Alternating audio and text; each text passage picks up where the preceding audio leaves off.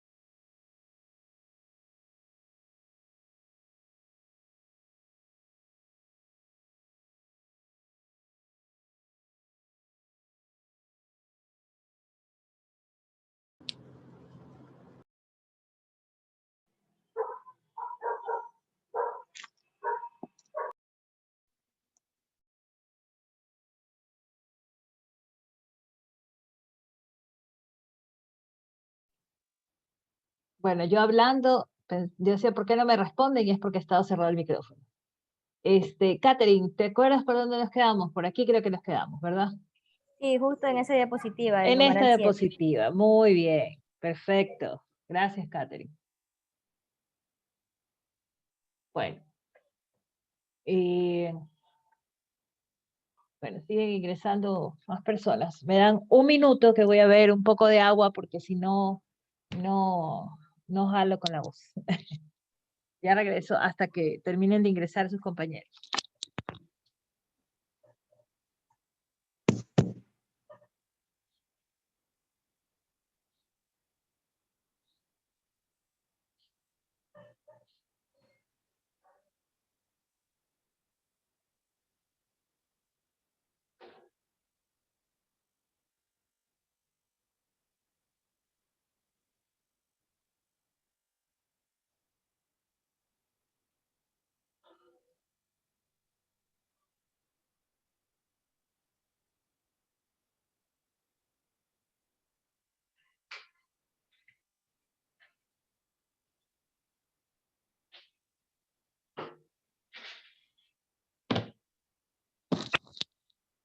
Muy bien.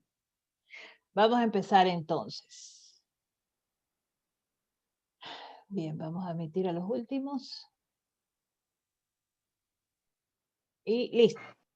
Empezamos entonces. Bien.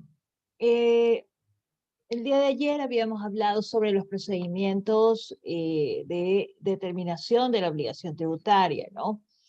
Cómo la administración tributaria podía, pues... En contra de la intervención.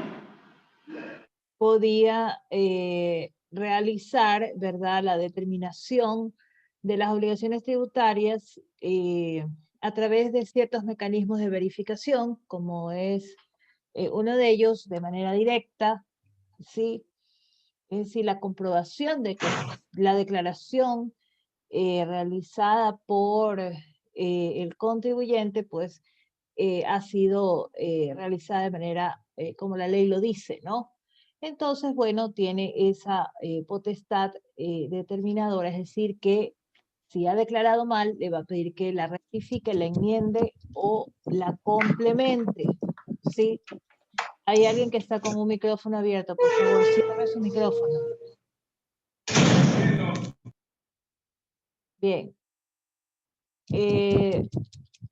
Entonces, bueno, como habíamos explicado esto, ¿no? Que también podía hacerlo por la vía de la determinación presuntiva, ¿sí? Es decir, que va a tomar, digamos, los pocos elementos que puedan darse, ¿verdad? O de las actividades que se puedan dar de los hechos generadores que hace el contribuyente, pues puede, digamos, esta administración tributaria puede utilizar este mecanismo de una declaración presuntiva. Es decir, que va a aproximarse o va a calcular, ¿verdad?, un aproximado de lo que serían, pues, el pago de esos tributos, las liquidaciones de esos tributos. Bien, y una de las cosas que tenemos que medir, digamos, en la facultad determinadora, yo les había explicado que las obligaciones en primer lugar no son eternas, ¿no? Por eso hay modos de extinguir las obligaciones y uno de ellos es, pues, la prescripción, ¿verdad? Pero también esta facultad determinadora tiene un límite, ¿sí? Y el mismo Código Orgánico Tributario nos da 3 posibilidades o 3 escenarios en donde se puede cumplir esta caducidad. Sí, entonces, en primer lugar, que no requiere de un pronunciamiento previo, ¿sí?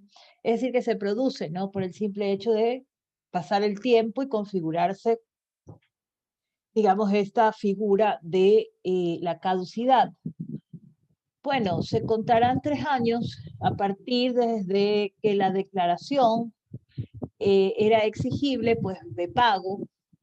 Recuerden ustedes, el nacimiento de la obligación tributaria es un acto y la exigibilidad es otro. Puede ser que ambos nazcan al mismo momento, pero eso, bueno, dependerá del tipo de tributos, pero habrá tributos que, por ejemplo, será exigible la obligación tributaria del impuesto a la renta, ¿verdad?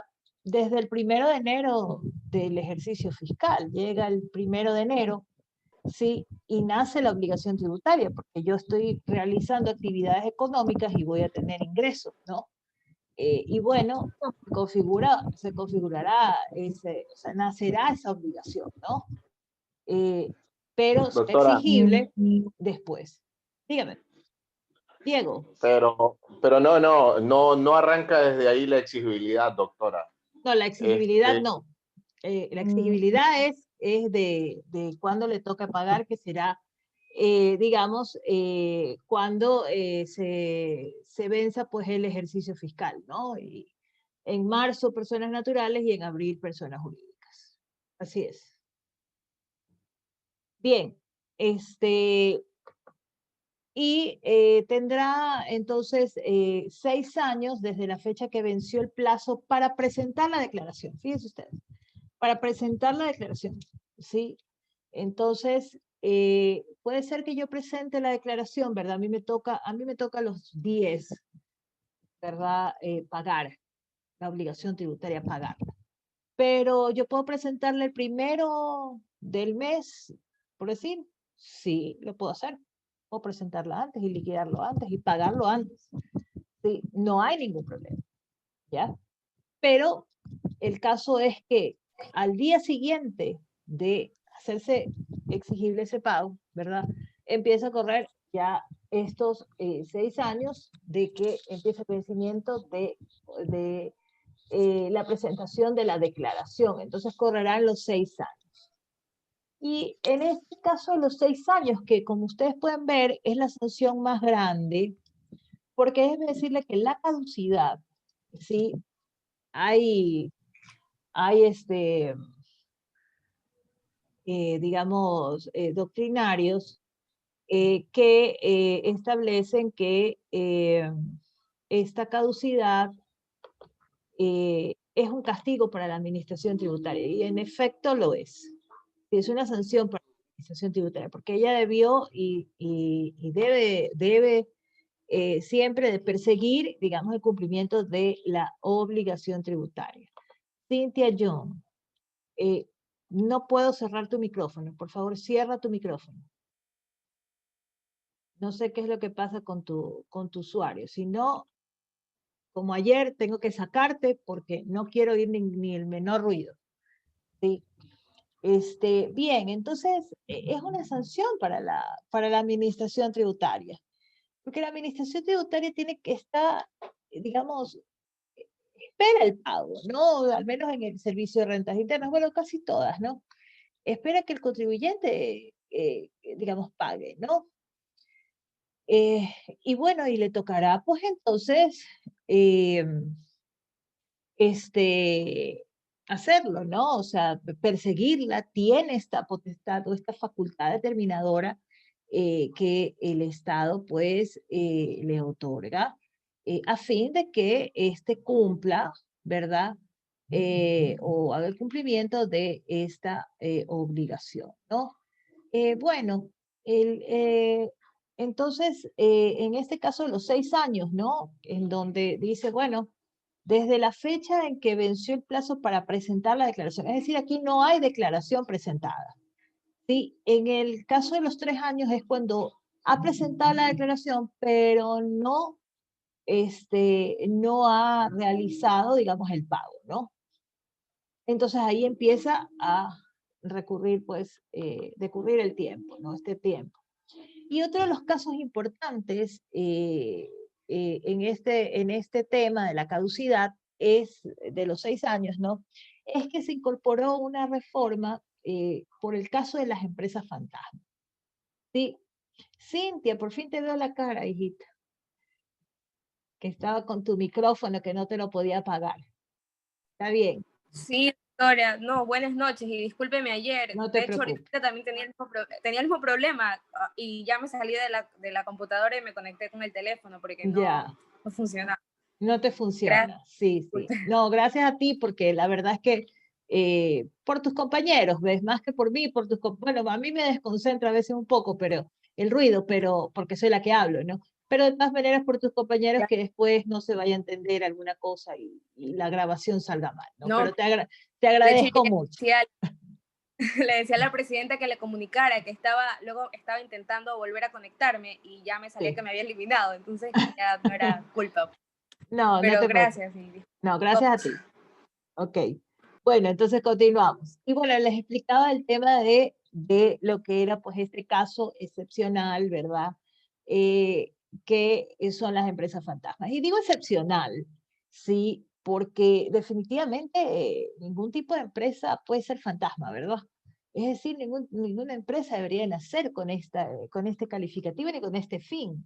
Sí, y entonces, claro, digamos, esta mala práctica societaria, ¿no? De crear compañías para vender facturas o para hacer negocios que luego no prosperan, ¿sí?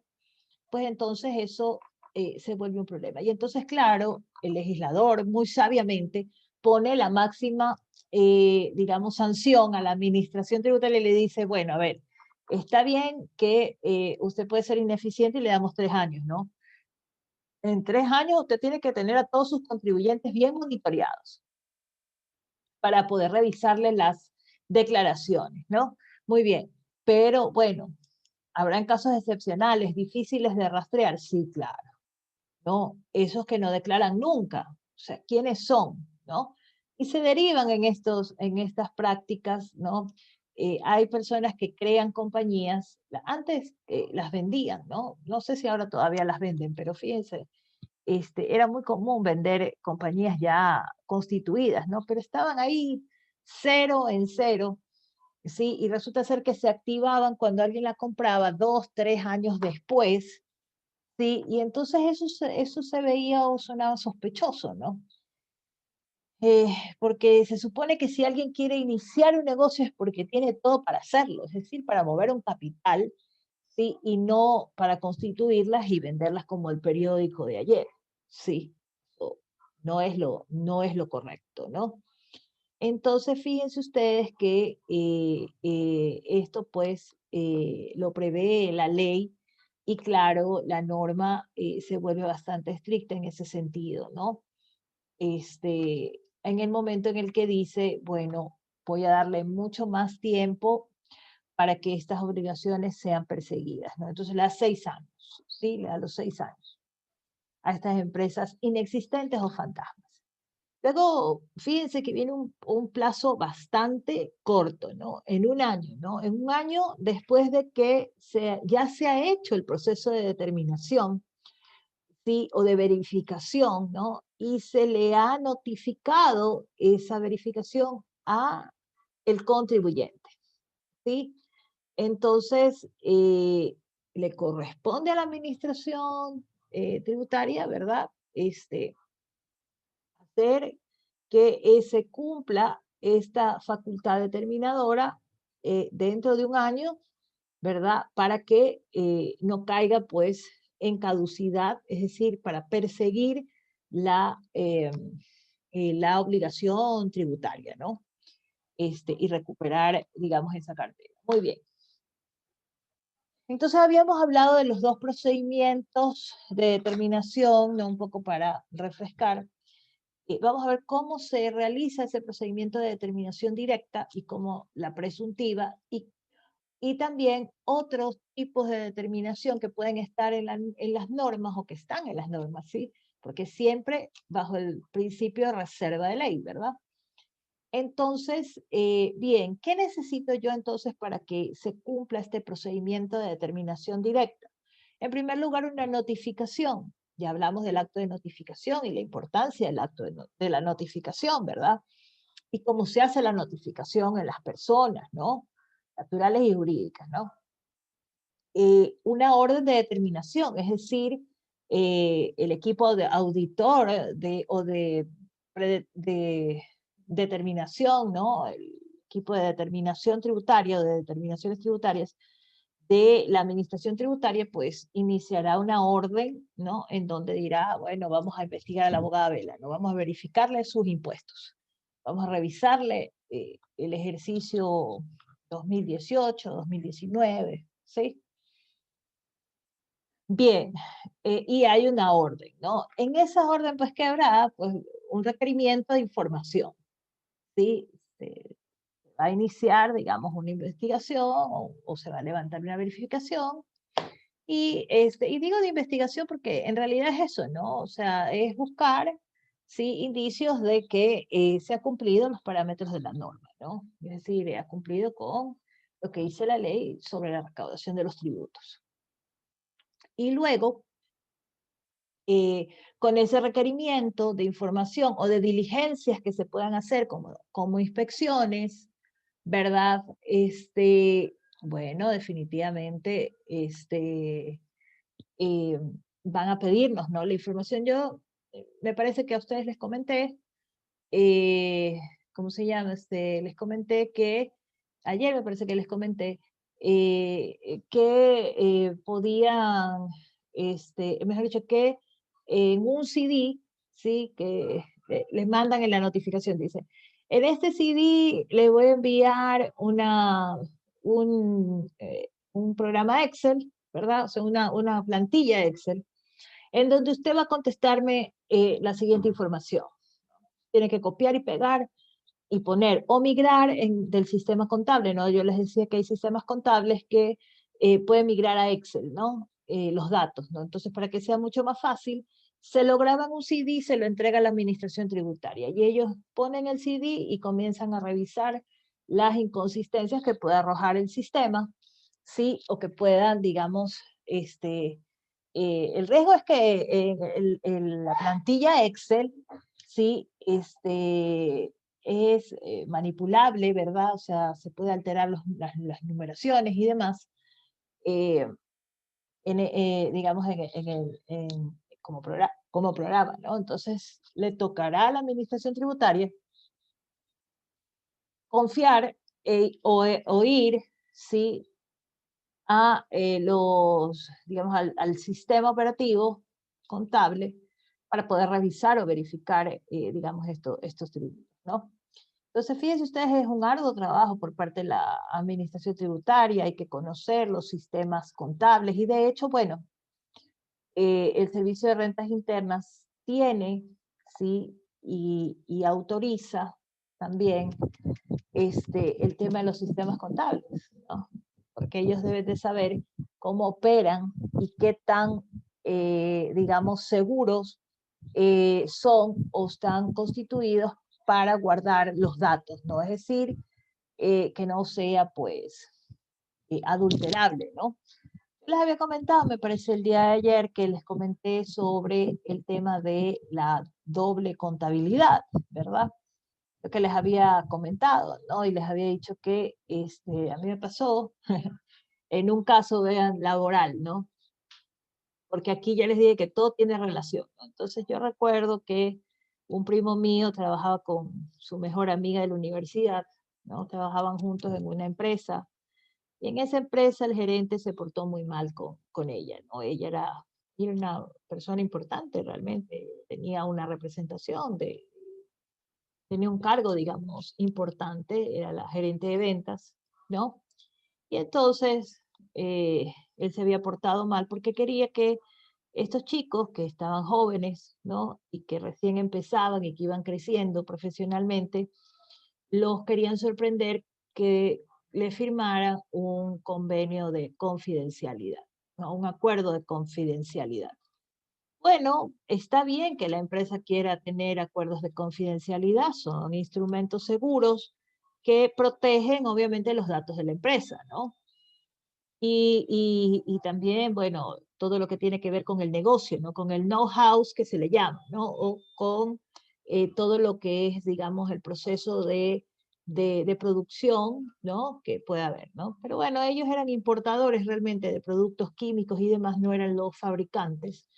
Sí, pero bueno, está bien, podían hacer este tipo de cosas, pero realmente era un contrato bastante excesivo y lesivo para dos personas que el día de mañana, digamos, en la inocencia de la experiencia laboral podían cometer, digamos, algún error y tenían que pagarle casi que todo lo que valía la empresa, ¿sí?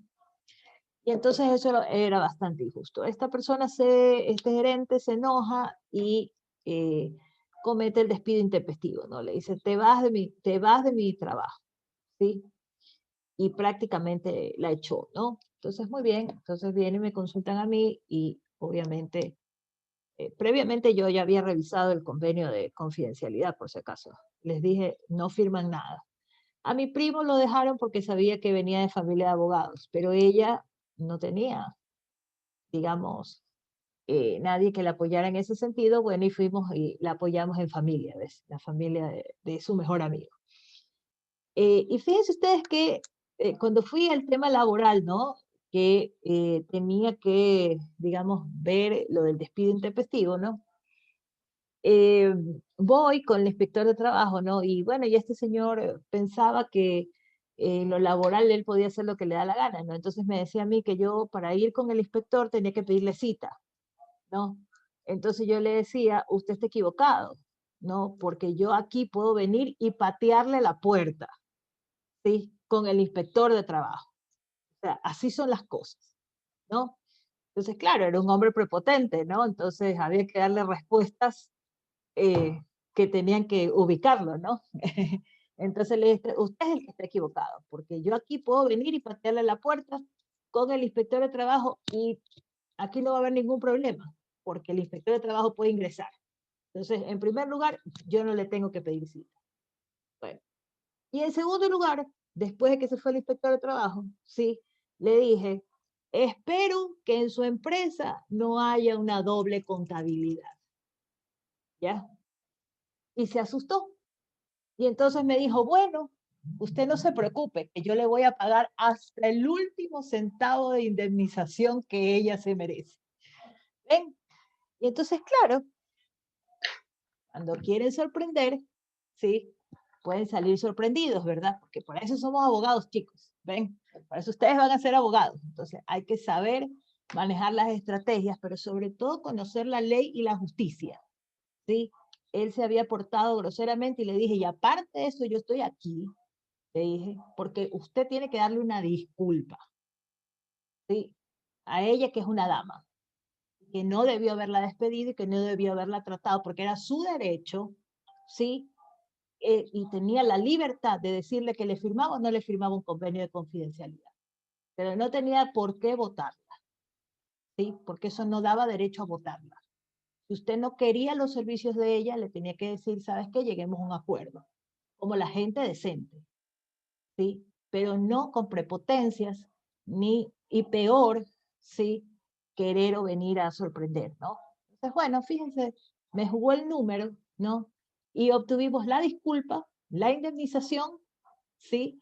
Y los chicos salieron, gracias a Dios, a trabajar en otro lado, donde obviamente pues existen empresarios sanos, ¿no? Empresarios justos, empresarios que verdaderamente trabajen por el país, pues, ¿no? Y que le den trabajo a la gente de manera honrada y de manera correcta, porque eso es lo que hay que hacer, ¿sí? Entonces, bueno, en ese sentido nos sentimos satisfechos con los resultados, ¿no? Pero un poco para que ustedes vean cómo funciona, ¿no? Este tema, ¿no? La materia tributaria sale por ahí, mire, se asoma por la ventana así inesperadamente, ¿no? Y entonces, claro, como les decía hoy el curso de la mañana, le dije, en cualquier país hay dos cucos, ¿no? Dos grandes cucos, ¿no? El uno es la Contraloría General del Estado y el otro es el Servicio de Rentas Internas, ¿sí? Los impuestos, porque usted puede pecar de todos los pecados que pueden existir, vean, en la Iglesia Católica, Apostólica, Romana o en cualquier religión, ¿sí? Pero lo que no puede pecar es de llevarse los tributos. En ninguna parte del mundo, Miss, ¿sí? Dígame, Anthony. ¿cómo está? Buenas noches. Le quisiera hacer una consulta. Claro, adelante. Una empresa que no tenga trabajadores enrolados tiene doble contabilidad, lógicamente. Ya, bueno, no necesariamente. Eh, no necesariamente, porque tendríamos que ver o analizar cuál es eh, digamos, la actividad que realiza esa empresa, ¿no? Fíjate que eso es una práctica muy común en las consultorías. Las consultorías tienen realmente dos o tres trabajadores fijos, ¿no? Que son, digamos, los dueños de la compañía, de la firma, y digamos, porque como las consultorías tienen, digamos, componentes distintos, ¿no? En algunos temas, unas son iguales, otras no. Hay diversidad de profesionales, va a depender de los casos que se quieran llevar, ¿verdad? Entonces, se usa la modalidad de contratación de servicios profesionales, es decir, eh, por un tiempo, para determinado contrato, con determinados productos, y ahí, digamos, llega el vínculo, ¿no? Pero eso no significa que quiera ocultar ingresos o lo que sea, ¿no? Eso no significa que esté, digamos, haciendo una mala práctica, ¿no? Pero claro, definitivamente, Anthony, en tu lógica, ¿verdad? Tú dices, bueno, alguien que, digamos, inicie una empresa, ¿sí? Al menos debe de tener trabajadores, 3, 4, 5, ¿no? El que limpia la oficina, ¿sí? No sé, pues el mensajero, ¿no? Bueno, el mensajero y el que limpia la oficina puede ser uno mismo, ¿no? Quizás alguna persona de apoyo, ¿no? Algún junior, ¿no? Que lo lleve, que lleve el caso. Como también puede ser, por ejemplo, en el caso de nosotros los profesionales, ¿no? Como los abogados, ¿no? Que no necesitamos de nadie, podemos hacer todo, ¿no? No necesitamos una secretaria, no necesitamos, podemos manejar nuestros casos, etcétera, etcétera. O también podemos armar un bufete de abogados, ¿no? Sí, se puede darse. Pero no necesariamente, Anthony, o sea, habría que ver el contexto, la actividad económica, ¿sí? y, digamos, si esto está realmente permitido, ¿no? Fíjate que en la práctica suele ocurrir, digamos, algunas confusiones, ¿no? Hay personas que trabajan, sí, y que no se les hace firmar ni siquiera un contrato de trabajo, ¿no? Y por eso es importante saber, ¿no? Que el contrato no solamente puede ser por escrito, también puede ser verbal, ¿sí? Y lo dice el Código Civil, ¿no? Entonces, hay personas que dicen, bueno, es que si no hay nada por escrito, ¿no? El sabido, ¿no? Si no hay nada por escrito, no hay nada, ¿no? No, es así, porque hay maneras de comprobar que alguien trabaja en relación de dependencia con alguna persona y el día de mañana pues puede esta, digamos, probar que existe una relación laboral, ¿no?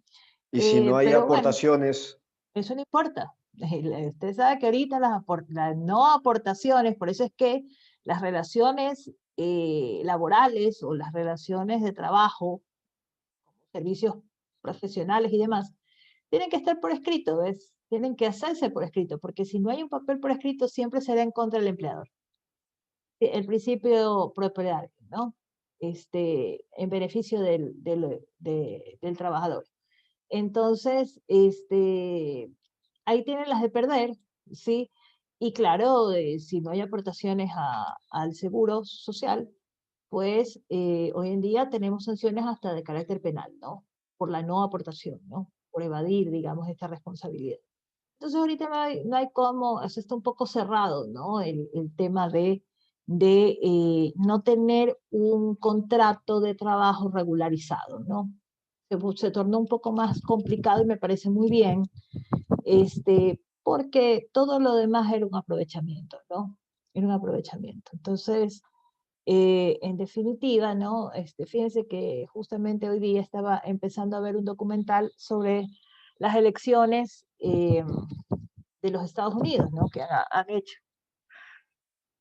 Y hace un relato muy interesante, ¿no? Sobre la democracia, ¿no? Hace un relato muy interesante sobre la democracia en la que decía, bueno, esto en, en, en tal año los blancos votaban, en tal año se incorporaron a los negros, ¿no? Para votar, en tal año las mujeres, en tal año ya votaban los nativos, ¿no? Americanos, ¿no? Y así. Entonces, fíjense ustedes que cómo ha venido, digamos, la evolución, ¿no? De los derechos, ¿no? En ese sentido, y obviamente esto también afecta de manera indirecta a nuestro derecho tributario por la política económica, ¿no? Parte de la democracia, sí, está justamente el sistema de administración del Estado, ¿no? Y entonces ahí no está separado, está la política económica, está, y tiene muchos intereses, ¿no? Entonces, está la explotación, ¿no? Y así lo afirmaban en este documental cuando decían, era irónico, pero los blancos podían votar, pero eran dueños de las personas, es decir, de los negros, de los esclavos, ¿verdad? Entonces, eran dueños de las personas. Suena bastante impactante, me impactó bastante cuando escuché, digamos, ese comentario, porque la verdad es que el ser humano, ¿no? Ha venido, digamos, desarrollándose en los conceptos más crueles, ¿no? Como esto, o sea, una persona ser una cosa, ¿no? En este tiempo en donde queremos ser humanistas. Fíjense ustedes que en todas partes y en todo derecho se va a hablar del humanismo, ¿no? Pero queremos aprobar leyes que matan niños, queremos aprobar leyes que matan a las personas, la eutanasia, ¿sí? Queremos aprobar leyes abortivas, ¿no? Queremos aprobar leyes que distorsionan, digamos, el comportamiento de la sociedad, ¿sí? Y yo ya les he dicho, creo que ya se los dije en alguna clase, yo siempre les dejo a mis estudiantes, ¿no? Para que de mis clases ustedes se contesten una pregunta, ¿no? Que es, ¿en qué sociedad quiere vivir usted? ¿Sí? Porque usted está estudiando derecho y el derecho construye la sociedad, ¿ven? El derecho construye la sociedad. Entonces, ¿cuál es esa sociedad que nosotros vamos a permitir que nos hablen en el oído y que nos digan, hay que hacer leyes. Fíjense que ahora salió un comentario y decía, vamos a hablar sobre la eutanasia porque ya se aprobó me parece que en España se acaba de aprobar la ley de la eutanasia, ¿no? Entonces, fíjense, ¿no? Los temas que se vienen, digamos, incorporando y discutiendo, ¿sí? Como derechos, ¿no? Como derechos. Entonces, si ustedes me preguntan a mí, ¿no? Sobre el tema de la eutanasia, déjenme contarle un caso excepcional. Yo tengo un primo que su padre es médico y trabaja en un hospital en los Estados Unidos y su hijo sufrió dos accidentes el que los llevó al estado de coma. En el primer accidente que tuvo, que permaneció muchos años en estado de coma, cuando sus padres ya iban a tomar la decisión de desconectarlo, ¿sí? Del respirador, el chico regresó a la vida, despertó. ¿Ya? Y en la segunda ocasión, ya nadie se arriesgó, ¿ves? Y dijo, aquí esperamos hasta que se despierte. Así. Entonces, casos como estos pueden haber uno en 1.000.000 o millones de casos, ¿no? Entonces son las cosas que tenemos que reflexionar sobre lo que queremos incorporar como derechos, ¿no? Como derechos en la sociedad y qué sociedad queremos construir, ¿no? Entonces fíjense, y lo que les decía, ¿no? Ser humanistas, ¿no? Seamos humanistas. Eso es lo que se estudia ahora, ¿sí? Y pensamos que tener esa potestad de poder decir este se muere o este vive, o a este lo conecto, o a este lo desconecto, es bastante difícil, ¿no? Es bastante difícil. Pero bueno, vamos a los tributos, chicos, porque eso es lo que nos interesa. Bueno, en esta determinación directa, ¿no? También, bueno, me van a pedir la información, como les decía, ¿no? Y van a realizarse lo que se llama un acta borrador. En esta acta borrador, pues, las partes, fíjense ustedes que el legislador lo pone muy, digamos, en el marco de la buena fe, ¿no? Del principio de buena fe, digo yo, que las partes puedan, digamos, decir o probar qué es lo que, digamos, está bien o está mal, ¿no? Entonces, por ejemplo, puede ser que me digan a mí, usted debe 100, ¿sí? Le hemos encontrado que tiene una diferencia de 100, pero en esta acta borrador yo le puedo demostrar y le digo, espérese un ratito, que aquí tengo los documentos, mire que este documento es válido o no es válido. Sí, allá. Entonces voy descontando y resulta ser que no tengo que pagar 100, sino que tengo que he podido descargar 80, 40, 50 de ese valor, ¿no? Bueno, se lo deja en el acta borrador. Es decir, hay ese proceso amigable, cercano, que se puede tratar con la administración tributaria a fin de llegar pues al acuerdo de cuánto realmente es lo que se debe de determinar que no se hizo de manera correcta. Y bueno, y luego pasará a lo que se conoce como un acta definitiva de determinación, que ahí sí quedará en firme, digamos, este pago, ¿no? El pago o la determinación que haya, ¿no? Si no hay nada, pues entonces no pasa nada. Pero si hay alguna diferencia, pues entonces lo pagará. Muy bien. En cambio, en la presuntiva, asimismo hay una notificación, hay unos casos establecidos en la LORTI, en la Ley Orgánica de Régimen Tributario Interno, que en términos generales ya dijimos son, digamos, situaciones en las que no tienen, ¿sí?, la documentación de respaldo, ¿verdad? Porque no entregan lo que es la contabilidad, las declaraciones, ¿verdad? O las documentaciones, ¿no? Entonces, las diferencias de las mercancías que puedan existir, ¿verdad?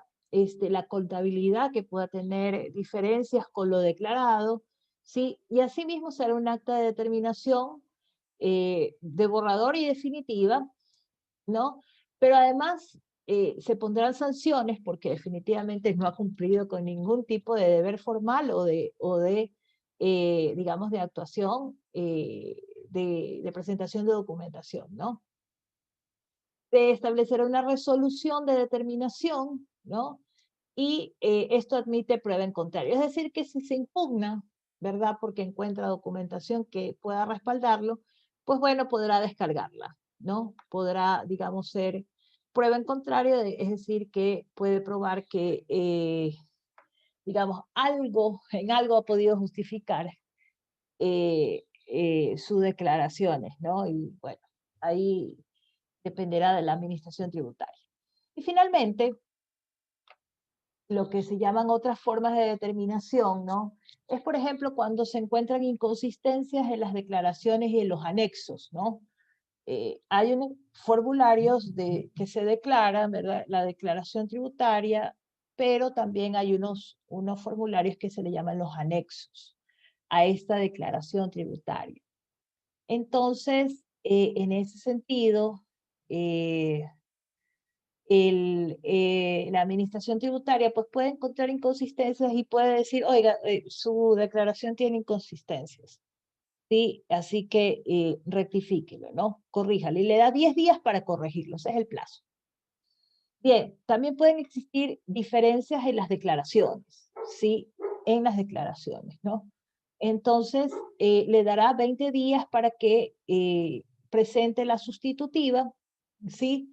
Y realice, digamos, esa corrección. Luego pueden haber la justificación de diferencias, ¿sí? Y cuando se haga esta justificación de diferencias, pues se aplicará el recargo del 20% y podrá activarse los 20 días para que presente un reclamo administrativo o 60 días para que presente una acción ante el contencioso tributario. También hay las denominadas liquidaciones de pago, en donde me darán 60 días para poder, digamos, hacer el pago de esa liquidación, ¿no?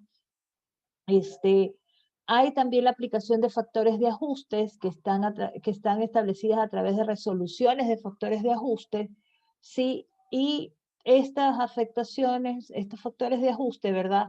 Estarán relacionados con el principio de capacidad contributiva. Y luego la resolución en donde se aplicará, digamos, las diferencias, ¿no? También, digamos, son instrumentos de determinación tributaria, es decir, directos, ¿no? Son los casos en los que, digamos, o reglas que se han instrumentado dentro de las normas tributarias, ¿no? Muy bien, entonces, con esto damos por terminado, digamos, lo que es el procedimiento de determinación, ¿sí? Y el día de mañana, ya estamos con el tiempo, ya estoy pasado con 5 minutos. El tiempo, mañana hablaremos sobre la consulta tributaria, que es uno de mis temas favoritos, como les digo a todos mis alumnos, y ya verán por qué. Bueno, nos vemos el día de mañana. Muchas gracias por haber estado en esta clase de hoy. Gracias por los que participan, ¿sí? O hacen sus preguntas. Y nos vemos el día de mañana. Pórtense bien, vayan a clases, cuídense mucho. Y los dejo porque tengo otra clase. Chao. Hasta mañana, mi doctora. Buenas noches. Gracias, doctora. Gracias a ustedes, gracias. Gracias por asistir. Chao, Jorge. Ahí te veo, Jorge. Hasta luego. Chao.